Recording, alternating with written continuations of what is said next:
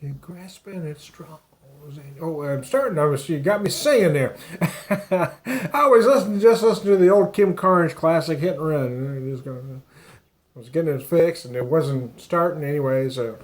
Hit and run. Who is the love? So I'm already committed. I'm gonna go and sing it for. Who ruined the music we thought was so special? Anyways, it's written by Jackie DeShannon. It's a great tune, man.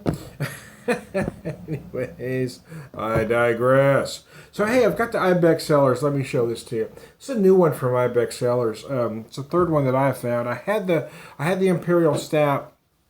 I didn't try the gooseberry, whatever the hell it was, because I don't like gooseberries. Yeah, who the hell wants a fucking gooseberry? Anyways, I digress. Like that old Ron White joke, you know. I had the right to remain silent. I just didn't have the ability to.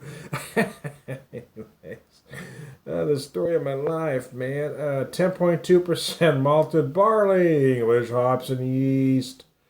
Holy crap. I read this like 3 times. I still can't get my eyes around that. Help create the magic before this. Holy fuck a duck. I cannot read that. Malted barley, English hops, and yeast create the. There we go. See, I was losing the magic. Help create the magic before this slumbers in Scotch whiskey barrel, single malt, Scottish style ale. See, I wasn't expecting. It does say on the label there, once you read the fine print, that it is a golden ale. I just wasn't expecting a golden Scotch ale. But it's not supposed to be a Scotch ale. It's supposed to be a single malt Scotch ale, and I suppose there is a difference. So hey, I just wanted to go live here, live, not Memorex. See if I can put that bottle up. I don't know if I can fix my prop up here so you can see it right or not. Shit does not want to work with me tonight. There we go. Got a can up there. That just doesn't look good. We're just gonna wing it, shall we? The aromas on this are just spectacular, I gotta tell you. Oh, okay. Big peat smoke notes on the nose. I get some sweetness, like a honey. I'm even gonna put a finer point on it and say Tupelo honey. How about that? Time you pull that out your ass, probably. But it sounded good, didn't it? That's what those pretentious guys do, don't they? They throw a whole lot of adjectives at you. Really? You're just pulling that out your ass, aren't you? Anyways, of course, you got those beer reviewers that read everybody else's beer reviews, put together, a school-type lesson, and then recite it as if they know what they're talking about. When they're just parroting everybody else's information and trying to sound intelligent. Well, here I am. I'm not trying to sound intelligent. Because that ship has sailed, man. I'm just enjoying the beer. I don't know why more beer guys just can't enjoy the beer. It's one reason I don't call myself a beer reviewer. Because I think judging a beer is ignorant as all hell.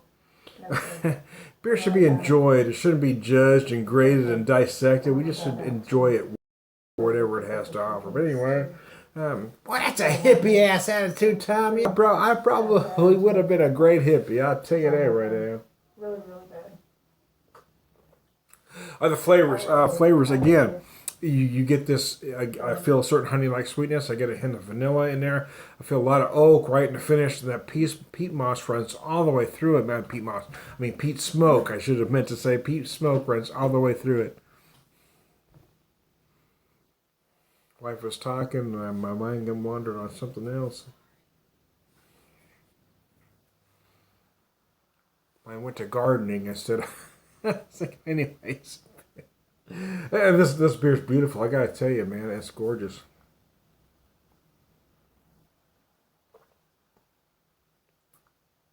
You really feel that oak at the end so much so that it just dries it all up completely. That's why I love anything oaked, right? Because anything that's going to be too sweet and too cloying, barley wines, for instance, are great oaked because that oak will just clean it the hell up. If you don't have enough hoppage to clean it up, that oak will dry it the hell out, man. I love IPAs, Oak. I really do. One of my favorites, and unfortunately, I've heard it's changed, which is a bummer. 2012. But I've talked to some friends that live out that direction recently and said it's not as good as it used to be.